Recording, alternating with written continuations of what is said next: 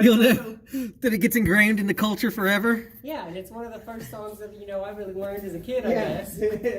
it brings people together. So fucking It brings people together. Sucking at something is the first step to being kind of good at it. Yeah, I guess that you're right. All right, how am I? There. You look good. Straight on. Mm-hmm. We got 3 cameras on us. One for your phone, one for the camera in the corner. Yeah, right. One for the big brother. Uh-huh. Your art looks great in the background. Gerald Sistida. Here we go.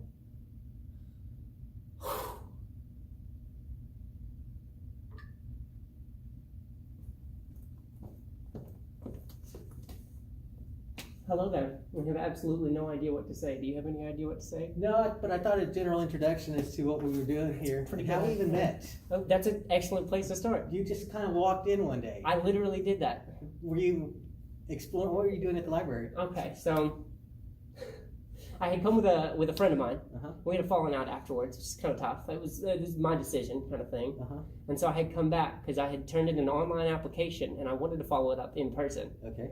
And so I come into the library, dressed like I'm going to be Interviewed. yeah. You looked like you were going to be interviewed that day. I literally walked into the meeting that they were having for the job that I wanted. It just happened to be going on. Wow. And so I sat in on a quarterly meeting, and then I caught the lady as soon as she was coming out and introduced myself to her, gave her my resume. Yeah. I nailed that part of it, but I didn't get the job in the end. Oh, man. But I was still exploring, and I came down to the 4th floor, and I Yeah. came here the first time. I just floated around a little bit and then left. Yeah. And then you asked me to come back, so I was like, screw it all. Nice. Come back. That's amazing how that worked out. It- You didn't get the job, but look at that. Here we are on the second part of this. Exactly. So, cool. What about you? Why are you here? Well, I wouldn't be here if it wasn't for my wife who put the application in. Okay.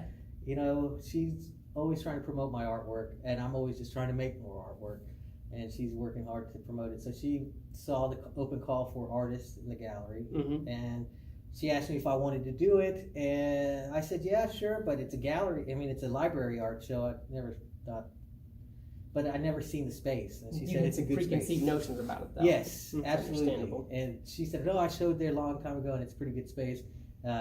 My art school friends didn't want anything to do with it when she did it, Mm-hmm. and I could, I was like, "Well, I don't blame her. It's a library show," but she pushed forward on it, and I'm glad she did because here we are, and it's a big space, a really great space. Have an exceptional representation of your body of work too. Yeah, I never get to see all my work like this. I mean, it's just like some early works and some works I did last week, and just seeing them all, seeing how I've progressed as a painter is pretty phenomenal. But then also the nostalgia of where I was when I made these paintings Mm-hmm. and the memories. These are all like memories. So, is that what you put into your paintings? Yeah, Is it the moment, the memory? Is it the emotion of the moment? What do you got? mostly the moments, the moment where I'm at, and that's just a snapshot. You can never encompass all the emotions tied into that specific moment. That's mostly for me. Sometimes I get lucky and my paintings evoke a certain emotion for the viewer. Mm-hmm. That's not always my intention. My intention is usually, especially with my plein air works, is to capture that moment in time. You say plein air. What is that? Plein air is French for open air. Open air. So when you take an easel somewhere and That's right. Sit- Set it okay. up and paint in public. Oftentimes, it's a nature scene, and this is a geeky argument that I enjoy having with plein air painting. Is that can plein air be in a bar? okay. You know, because you've taken it out of your studio, Mm-hmm. and now you're painting in the open air for others to look at you and ridicule or whatever. You know, It's a little raw. yeah, it's the traditional plein air painter says no, it has to be a nature scene. Mm-hmm. Okay, so then does it have to be? What they'll say is no, it has to be outdoors for it to be plein air. And so I'll push that envelope by taking it outdoors, but painting something that's totally indoors. Yeah, that makes sense. So just to see what, is this still plein air painting or is it? Yeah. Now I hear some rebellion in your voice. Oh, all the time. Do you do that for the rebelliousness of it, or is it more kind of making a statement about what plein air really is these days? Well, I think I do it more for a little bit of both. the rebellious aspect of it, but more snarky attitude towards the people who say this is the way something is supposed to be. Yeah. Die hard, this plein air painting has to be plein air, and you got to be outside, and it's got to be an outdoor painting. So I'll push those envelopes because there's always some wiggle room. There's always, they'll say plein air painting has to be done outside. Mm-hmm. Your bar scenes are not plein air paintings. Okay, so I'll go outside and I'll make a painting of a bar scene, but I'm outside. Is that plein air? So it's not even in the bar looking at the painting. That's right. Okay. It's just okay, so you said I have to be outside painting in order for... No, that's not plein air either, because now you got to be painting what you got to be looking at. Well, that's what I was doing in the bar when you said it wasn't plein air. So that's just one example of my... That's really corny and angsty. Yeah. It's fantastic. Yeah. I think it's because I'm the youngest of 5 children. Okay. And so there was always that, I'm not touching you kind of thing. I'm going to carve out my own space. Right. That's right. So just kind of, I think it helps people become aware of who I am as an artist and as a painter by seeing that, okay, so I'm not trying to make a painting that looks exactly like the thing that we're looking at. I'm trying to make a painting that'll make you feel like you're there? Feel like you've experienced it? That's a good question. Like you've experienced it, I would say. Because experience, once it gets filed away in our memory bank, it's not sharp anymore. Yeah. And my paintings are not sharp. My paintings are not fine, realistic kind of paintings. They're just, the brushes are wide. Sometimes they're not even clean. And so you'll get a little mixture of the colors. The skies sometimes have a little bit of gray in them or brown tint or whatever was on the end of my brush whenever I decide I'm going to scrub in the sky. And that's what I think, whatever we were talking about there. That's a good thing. I feel like you touched on an emotion right there. Yeah. I actually watched that happen. That was kind of righteous. Yeah. There's a sense that they kind of bleed into each other then. They do. From one painting to the next. Absolutely. I used to say that all the time about one painting is a reaction to the one that happened before. The next painting is a reaction to... I think that's kind of strange. It's something that, the first time we sat down and talked, with your wife Francine, she was still working over here. You talked about how each of these is an individual, just like a fragment sentence is what you called it. Right. But they bleed into each other, one to the next, all the way through. Maybe they're more like run-on sentences. Right? You're thinking about it. I don't have the answer to that one. I definitely don't have the answer to that one. Well, I think it's a run-on sentence. Maybe. We'll see. Do you mind if I touch on some stress right now? Yeah, touch on some stress. Okay. Because it's hard being an artist. Yes. And it's hard providing for a family as an artist. That's right. A lot of artists spend a long time being burned out. Right. On a lot of things. Yeah. And taking on the task of living a stable and substantial life for other people at the same time. That's a pretty big challenge. Big chunk. Big chunk. Yeah. For sure. Do you have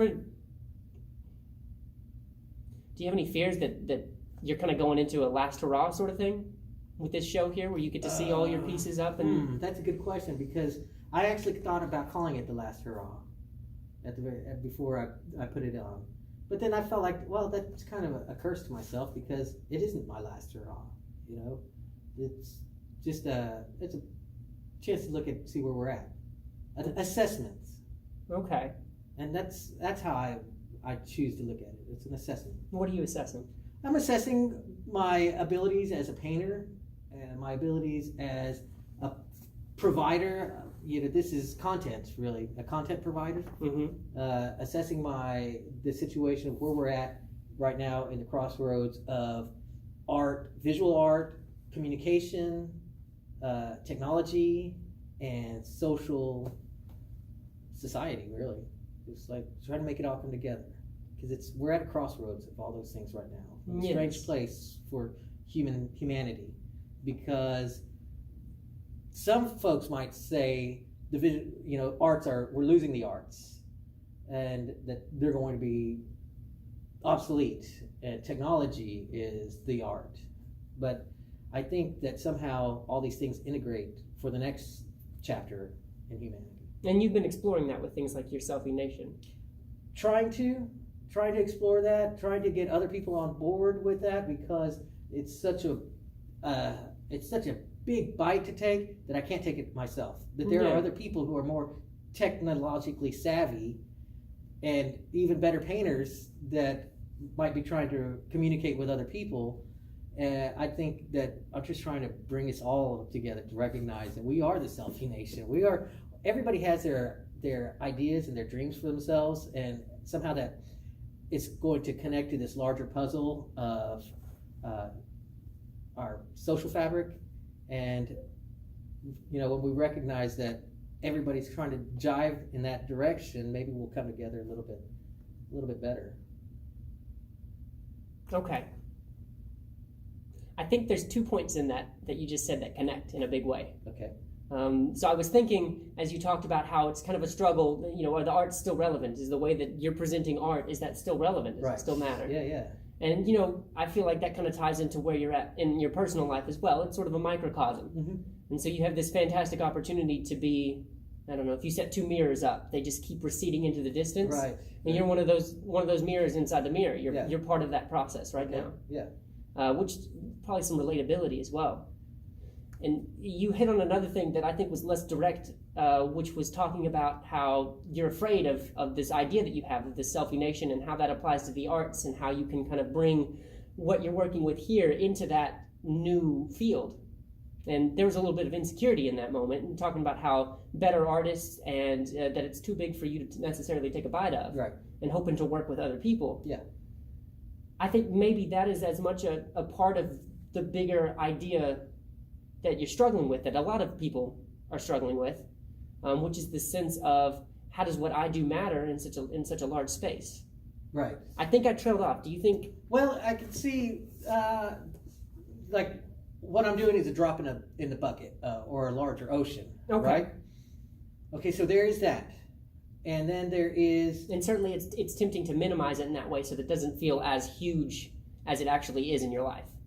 right. Okay. Right.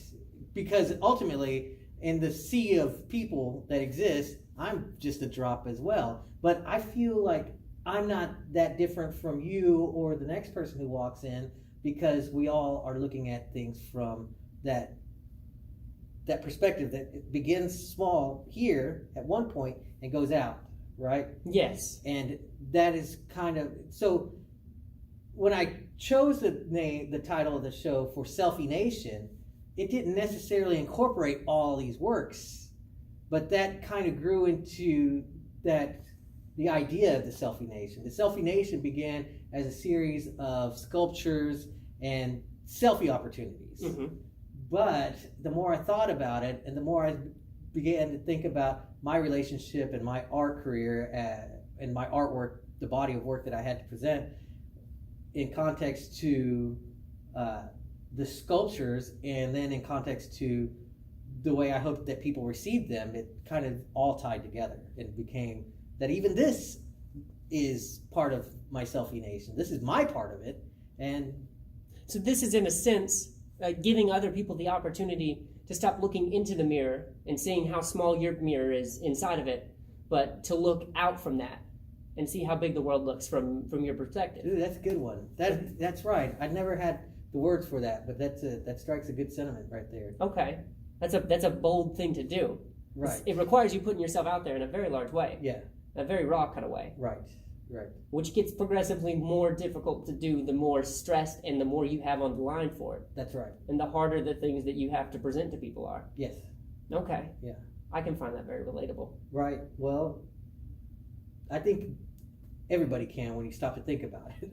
When a person stops to think about, okay, who am I in this great big universe? Yeah. Then you can relate. And that's what I'm searching for, is the universal for us all. Because there's something there's an energy, a spirit that connects us all.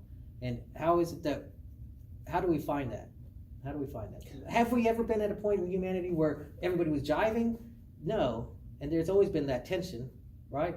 Mm-hmm. But we know and we're aware that there is an idealistic place that we can reach where our spirits, our bodies align with our neighbors. We all hold on to the idea that we can all work together and make it work. Right. Which is a beautiful thing. It keeps us going. It's the idea of the city. Mm. Mm.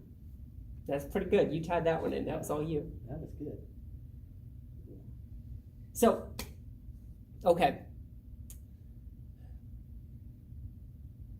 It's a difficult place to restart from. But the city is I was just thinking about how in college we talk a lot about the city. I went to a very small college called the College of St. Thomas More. Okay. It was in Fort Worth. And it was tiny. It was just a couple of houses, really. And it was some critical thinkers that built this college. And the idea of the city was talked about quite a bit. And the idea that people came into the city and that there was a Platonic idea that said that gods and beasts existed outside the city. Man existed in the city, and gods and beasts. And anybody that did not live in the city was either god or beast. Okay. And this is something that you've been exploring quite a bit. I've been exploring the idea of that. There's a common motif in some of the works that you've been putting out very recently of this bull in Fort Worth. Right. Yeah. Do you mind just explaining kind of the beast? The situation in which you see this bull and what Yeah. you're doing while you see it? And Right.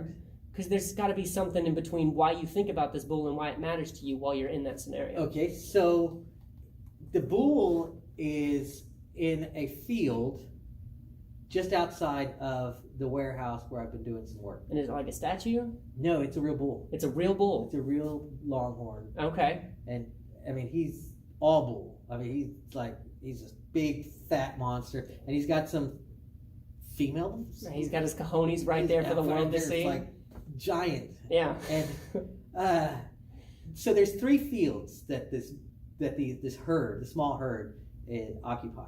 In the mornings when I come into the warehouse, it's on a field to the north or to the east, right? And they're grazing there when I come in. Okay. And then midday at lunchtime, they're in another field. They don't make it to my field until about 5 or 6 in the evening. And so what have you been doing up until that point? I'm working on some upholstery. I'm working on recarpeting. So Okay, so it's like a physical building. Yeah. It's like a business. it's a business. I'm Okay. working for somebody, and I finally get a break to make a painting, and I'm dedicated to making a painting every day. That is my thing, and I don't have the time. I don't want to go out and fight traffic to go to a spot, so I just kind of look for something that's around. And there's this bull that shows up in the evening, and I figured what a great thing to paint in Dallas and in Texas, but a big longhorn. I've never considered myself I used to make fun of painters that would make paintings of bluebonnets and longhorns. Like sensationalist kind of Yeah, things. just kind of. But here I am making a painting of this longhorn. But and again, that's where understanding the story of the artist comes into play, to really understanding, what the purpose of that bull is, because it's not to you about Texas, it's about the beast. It's about, it has become about the beast. It began with me just sticking to the regimen of making a painting every day. Okay, so that's where the exercise. You got to stay in it to be in it, and making that painting for me and broadcasting it or throwing it up on Instagram is the goal. Make a painting, put it up there, and that's why I've got so many pieces, because I'm trying to make a painting every day. Ideally, I'd like to do an art show that was like 365 paintings. The paintings I made every day. A whole year. A whole year. That's intense. It is, and it might not.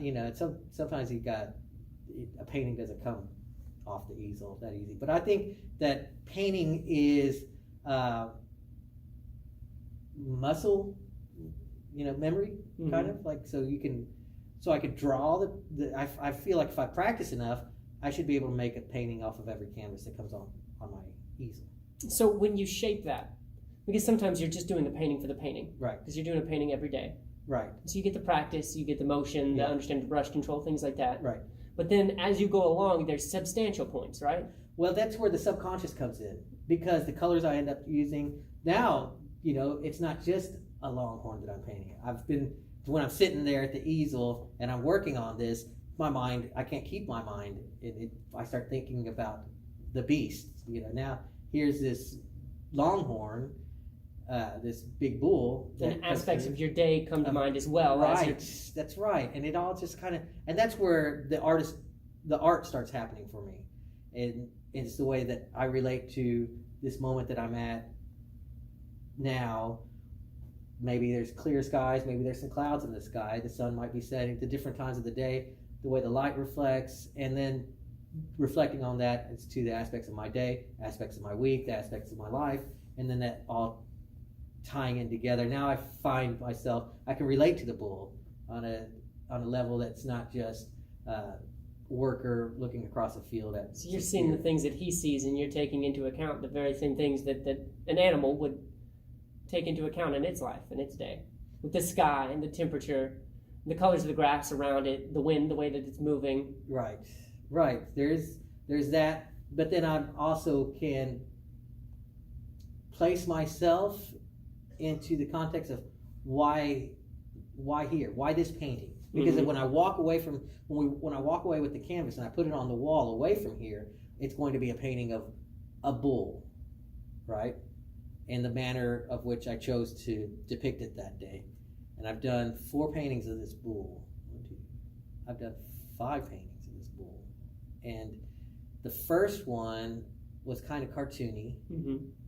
The second one was a smaller piece, and it looks like a longhorn, impressionistic, with some color in its pattern. I started working more the pattern of his hide, but yet blocks of color in the field. And then the next one was very expressive, and it's got his bull balls like bigger than life on the canvas before you.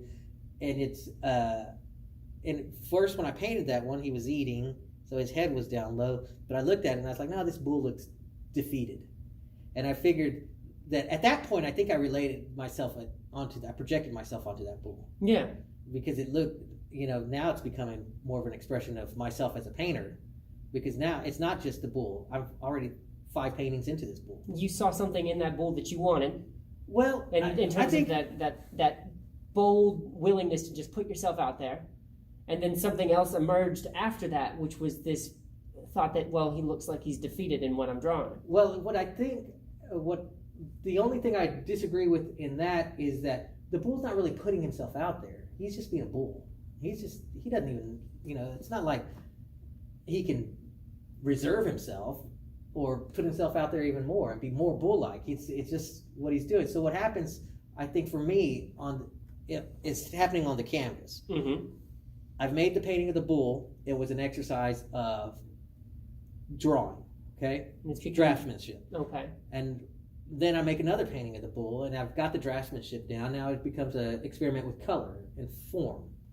And so then the third painting, things are coming together, and by the time I'm in the 4th or the 5th painting of this same bull, now I'm taking chances with my brush stroke. I'm taking chances with the posture of the bull, and it becomes more like Monet's haystacks, right? After you've painted the same thing over and over again, by the time you're doing it the 5th or the 6th time, then it's not even the same thing it was at the very beginning, because now you are like the creator, making the haystacks from your muscle memory, your memory, or you've done all the practicing you need, and now it's time to perform. That's right. So that's where we're at with this painting of the bull.